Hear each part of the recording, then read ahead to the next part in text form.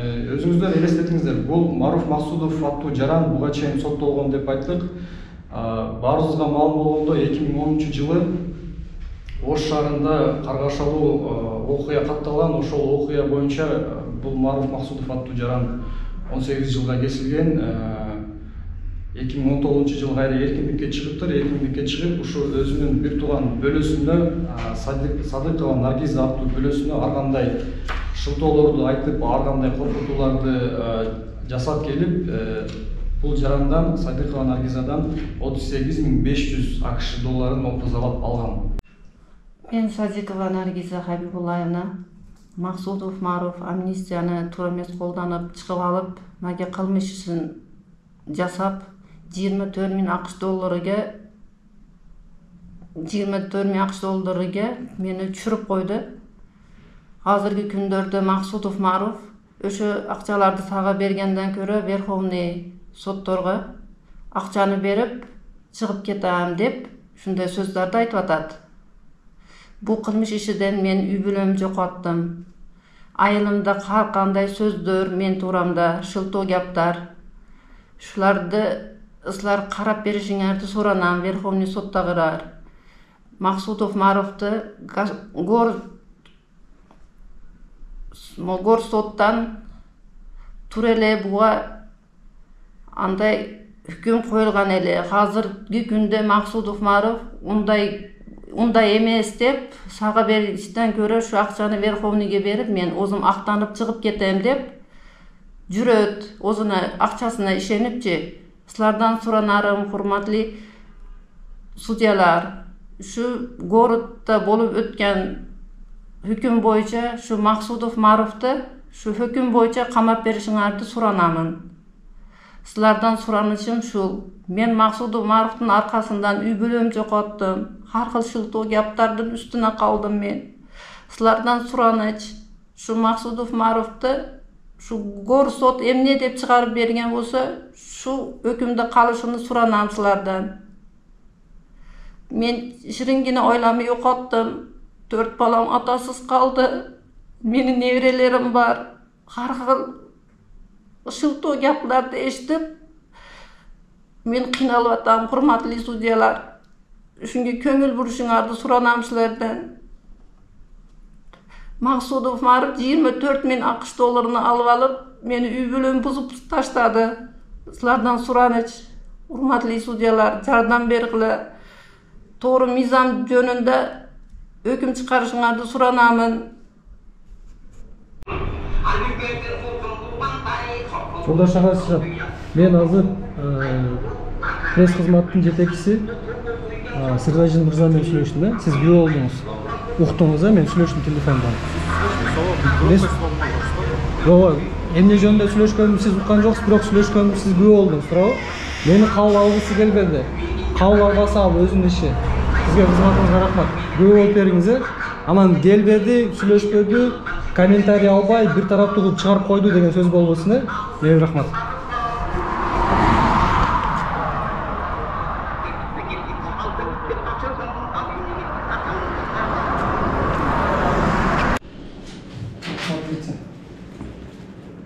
Мен башында эле айтып кеткендей,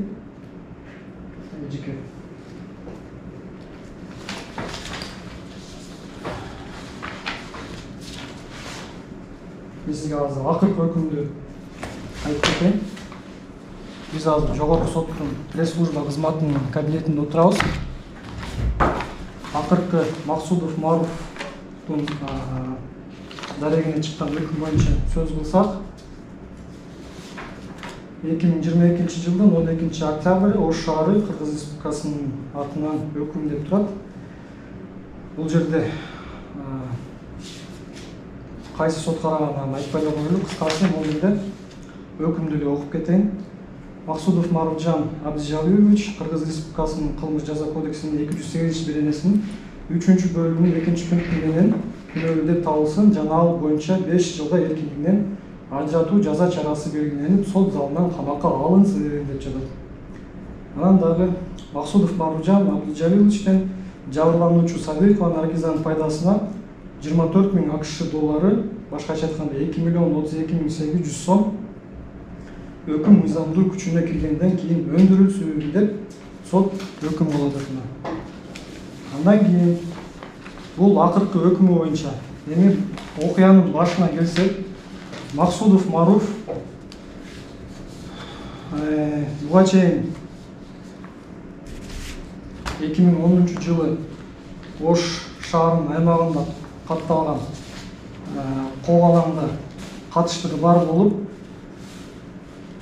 бир топ беренелер менен айыптуу деп табылып, башкача айтканда кылмыш жаза кодексинин 97-жылкы редакциясы менен, эски редакциясы менен 233 берене, 174 берене, 168 берене, 227 берене жана 123 берене менен айыпталып, жалпы эсеп менен 18 жылга эркиндигинен ажыратылган.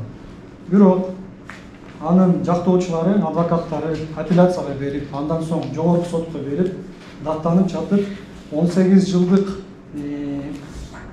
жаза мөөнөтү 14 жылга кыскартылган. 14 жылга кыскартылгандан кийин акыркы мынау сизге айтып кетейин. 14 жылга кыскаргандан кийин эжеке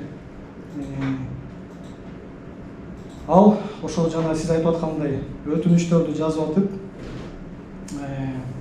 жаза мөөнөтү толугу менен 14 жыл болбостон, башкача айтканда 2000 Кыргыз Республикасынын 2011 жылдагы мунапыс мыйзамынын негизинде өтөлбөгөн мөөнөтүнөн 1/4 бөлүгү кыскартылган 2011 жылы.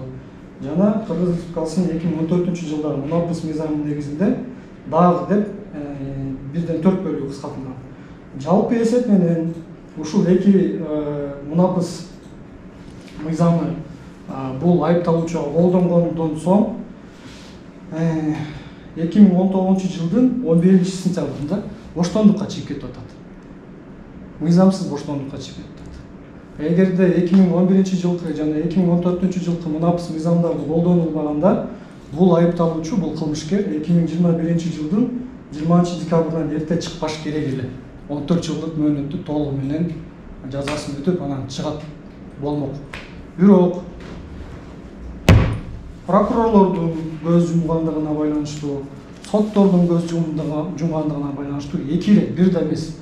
Бир жол болсо мейли, балким көрбөй калгандыр, билбей калгандыр, катачылып кетип калгандыр деп ойлосоң болот да, бирок бул жерде эки ирет мунапыс мыйзамсыз колдонулуп атат. Мен сизге эмне үчүн мыйзамсыз колдонгонун азыр айтып берем. Биринчиси, мына мыйзам 2011 жылкы мунапыс боюнча. Ушул мыйзамдын Бишкек шаары 19 жыл 2011 жыл 114 атат. 5 статьяда айтып атат. Действие настоящего закона не распространяется в этом. 7 пункта на лиц, совершивших преступление в составе организованной преступной группы, организованной преступного сообщества. А бул жерде эмески жана башында айтып кеткен. Так, бул жерде 227 беренеде 227 беренеде бир беренесинде мындай деп турат. Захват или удержание лица в качестве заложника, совершенный в целях принуждения государства, международной организации, юридического или физического лица, группы лиц, совершить или воздержаться от совершения какого-либо действия, как прямого или косвенного условия освобождением заложника дутат. Башкача айтканда, ушул 227 берененин 3-чү экинчи бөлүгүндө организованный преступный группа дутат. Бул жерде Максудов Маруф өзү болгон эмес, анын шериги да болгон, такталган шериги Юлдашев деген. Жана тергөөдө аныкталбаган башка шериктери да болгон.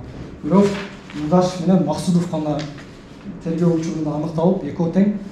Максудов 18 жылга, Юлдашев 19 жылга эркиндигинен ажыратылган. Бул биринчиси. Экинчи мунапыс мыйзамын айтып кетейин. Ошол эле мыйзам 2014 жылкы ошол эле берене действие настоящего закона не распространяется деп 5-чи беренеде жазып турат. На лиц, совершивших преступление в составе организованной преступной группы преступного сообщества не распространяется статья 227, часть 2, пункт 2 датат. Ошо жана мен айтып кеткен азыр 227 берененин в составе организованной группы датат, захват заложников. ошол беренени такап атат баардыгы барыпчы. Түшүнүп атасыздарбы? Биз ушул мына эки мыйзамды туура эмес колдонулган деп биз какшап келип атабыз. Эгерде ушул эки мыйзам колдонулбаганда мен ошол Маруф жанагы отурган колониянын жетекчиси өтүнүч берип сотко кайрылганда, эгерде ошол жерде соттор, прокурорлор, жок урматтуу төрага же урматтуу айыпталуучу ушу булардын өтүнүчү мыйзамсыз себептегенде мына 2011-жылкы Мунапыс мыйзамы жана 2014-жылкы Мунапыс мыйзамынын 5-беренесинин 7-бөлүмүндө каралган. Кылмыштуу топтун курамында жасалган кылмыш же болбосо кылмыштуу топтун курамында жасалган 227-берененин 2-пункт 2-подпунктунда көрсөтүлгөн кылмышка айыпталган кылмышкерлерге бул Мунапыс мыйзамы колдонулбайт деп айтканда, бул жаран 2021-жылдын 20-декабрынан эрте бошотулмак эмес. А бул 2019-жылдын 11-сентябрында чыгып атат. 2020-жылы жай айларында өзүнүн бир тууган бөлөсүн опузалап $36.800 алып коюп атат. Азыркы кезде ошо жана мен сизге жогоруда айтып кеткендей, Садыкова Наргизага ар кандай басым көрсөтүп, туугандары тарабынан, тааныштары тарабынан ошол камакта отурса дагы, эркиндигинен ажыратылса дагы, эркиндикте жүргөн бир тууган бөлөсүнө дагы эле коркутууларды келтирип атат. Мен сага болгон соттун өкүмүндө каралган $24.000 сага бергенден көрө, мен жогорку соттогуларга акчамды берип, ошол жерде пробацияга чыгып кетем деген ойлорун айтып атат. Бул менин ички сезимим, ички туйгум эмес, бул Садыкова Наргизанын ичинде болуп жаткан мындай ой толгоосу болуп атат. Мен ошол себептен сиздерге келип атам. Ошол себептен сиздерге жанагынтип өзүңүздөр айткандай кат жазып, силерден 14 күн күтүп, жооптун мага кереги жок. Себептен сиздер шаблон эле ответ бересиздер. Мен сиздерге азыр кайсы мыйзамдар бузулгандыгы жөнүндө айтып бердим, кайсы мыйзамдар менен отургандыгы жөнүндө да айтып бердим. Сиз кандай деп эсептейсиз? Туура эле болгонбу соттор тарабынан, прокурорлор тарабынан колдонулган Мунапыс мыйзамы? Бир эле суроо. Эгерде жооп бергиңиз келбесе, жооп бербейм деңиз, эгер жооп бергиңиз келсе, жооп берип коюңуз суроонучу. Бир эле суроо. Вот я вам зачитал закон, нормаларды окуп бердим. Соттор менен прокурорлор караш керек эле, караган эмес. 2019-жылы чыгып кетип атат, 2020-жылы кылмышты жасап атат, 2022-жылы ушул кылмыш боюнча, акыркы кылмыш боюнча 14-октябрда камакка алынып атат сот залынан. Кандай деп эсептейсиз? Эгерде 2021-жылдын 20-декабрында чыкса, мейли мөөнөтүн толугу менен отуруп, анан кылмыш жасаса, мен сиздерге келмек эмесмин. Себеп дегенде Мунапыс мыйзамдарын мен окумак эмесмин да. Бирок ушу эки Мунапыс мыйзамын бузуп коюп атпайбы соттор тарабынан, прокурорлук тарабынан? Кандай деп эсептейсиз? Бизге расмий кат менен кайрылыңыз. Ошол мыйзамдарды көрсөтүп, кайсы жерде кандай бузуулар болуп атканын биз ошол кат негизинде анан алып анан сизге жооп беребиз. Ошол сиздин жообуңуз. Бирок мен сиздерге азыр окуп берип уктуңуздар да, кайсы мыйзамдар бузулган, эмнеге көз жумуп койгон, уктуңуздар да. Бизде ошол мыйзамдарды ошол Мунапыстардан карап чыгышыбыз керек. Кайсысы бузулган чындыгында, негиздүү же негиздүү эмеспи? Ошол негизинде сизге жооп беребиз. Макул, ушул жообуңуздарга да мен ыраазы болушум керек.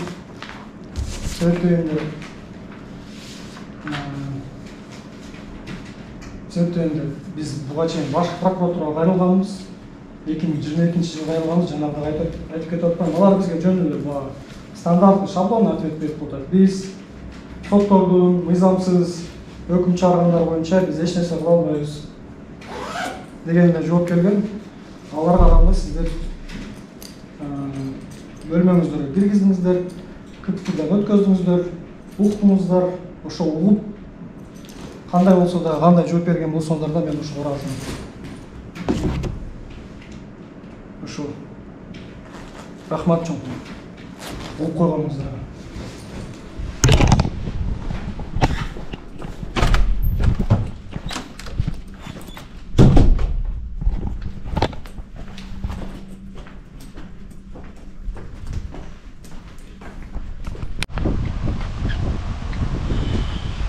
жогорку сотко кирип чыктык азыр.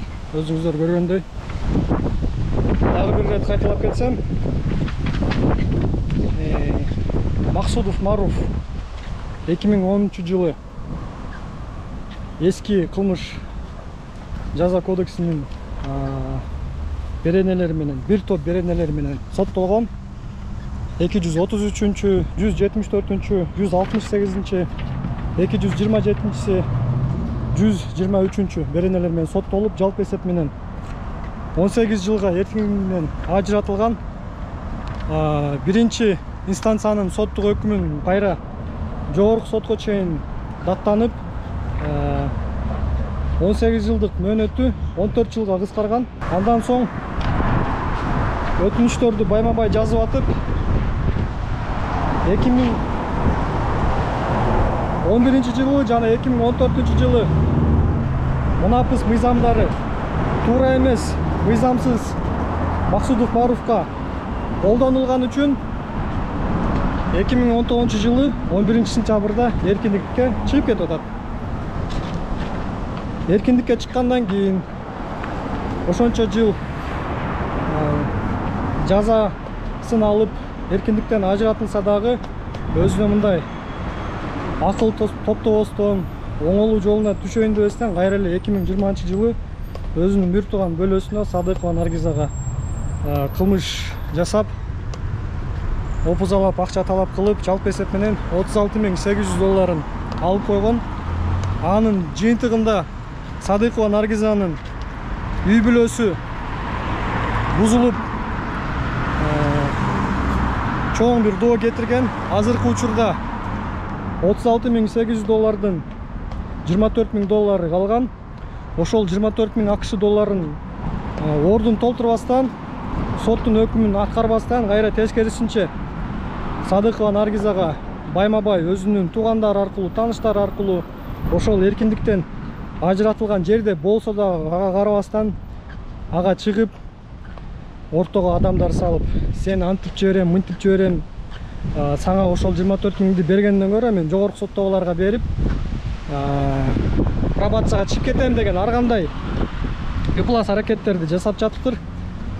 Ошол себептен биз ай жок, сен андай кылба, бул жакта ондай чындык бар деп, анын кылган кылмыштарын, мурдагы кылмыштарын мыйзамсыз мунапыска илешип, ал мунапысты пайдаланганын айтып чыгып атабыз. Мына жогорку соттун төрагасы, башкы прокуратуранын башкы прокурору, ушундай кыскасы сиздердин кол астыңыздардагы же сиздердин кесиптештериңиз дейбизби, ушундай мыйзамсыз аракеттерге барган үчүн эки жарандын ортосунда болгондо да бир тууган, жоочун эмес, бири-бирине тууган болгон жарандардын ортосунда ушундай чыр чатактар болуп, натыйжасында ушундай үй бүлө бузулуп, чоң суммадагы зыян келип атат. Жогорку сотко келгенге чейин өзүңүздөр көрдүңүздөр, биз башкы прокуратурага да барганбыз. Башкы прокуратуранын пресс кызматчысы бизди кабыл алгысы да келген жок, көргүсү да келген жок. Силер бар болгула азаматсыңар, силер мыйзамдуулукту сактайсыңар. Кыскасы силерге сөз жок прокуратура кызматкерлерине. Максудов Маруф боюнча дагы бир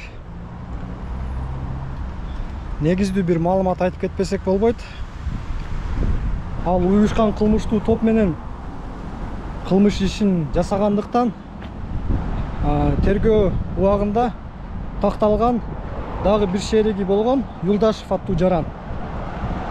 Ал дагы дал ошол коёндой эгиз беренелер менен соттолуп, жалпы эсеп менен 19 жылга эркиндигинен ажыратылган болчу. Ал дагы Максудов Маруфка окшоп жогорку сотко чейин даттанып, анын 19 жылдык мөөнөтү 15 жылга кыскарган болчу. Бирок Юлдашев дагы Максудовко окшоп байма-бай өтүнүчтөрдү жазып, мунапыс колдонуп берүүсүн суранган. Бирок Максудовко окшоп ага мунапыс колдонулган эмес. Ошондо бир суроо жаралат. же Максудовду мыйзамсыз коюп берип жиберишкен, же болбосо Юлдашевду мыйзамсыз ашыкча эркиндигинен ажыраткан деген. Себеп дегенде экөө тең кылмышты чогуу кылган, башка жарандар менен, тергөөдө такталбаган жарандар менен чогуу ошол иш аракеттерди жүзөгө ашырган, чогуу бир сотто соттолуп камалган. Анан бирок мунапыс мыйзамына келгенде Максудовго гана мыйзам жылмайып, Юлдашевга мыйзам кабагын бүркүп койгон. Кыскасы ушундай иш материалдарында чоң бир шек жарата турган жагдайлар бар. Мен бул жерде адис катары бир гана ойду айта алам. Бул жерде Юлдашевга соттор тарабынан жана айыпталуучу тарабынан өтүнүчү канааттандыруусуз калганы мен мыйзамдуу деп эсептейм. Ал эми Максудовго 2 ирет мунапыс мыйзамы колдонулганы мыйзамсыз деп эсептейм. Ошол кайсы прокурор катышкан ошол соттук отурумга, кайсы соттук актын чыгарган, аны билсек, аны да биз ачыктайбыз. Ушундай колу, акылы, жүрөгү таза эмес соттор менен прокурорлорду бизге эгер жазаларды аткаруу кызматы соттук актыларын көчүрмөлөрүн берсе, биз ачыктап беребиз. Биз менен болуңуздар.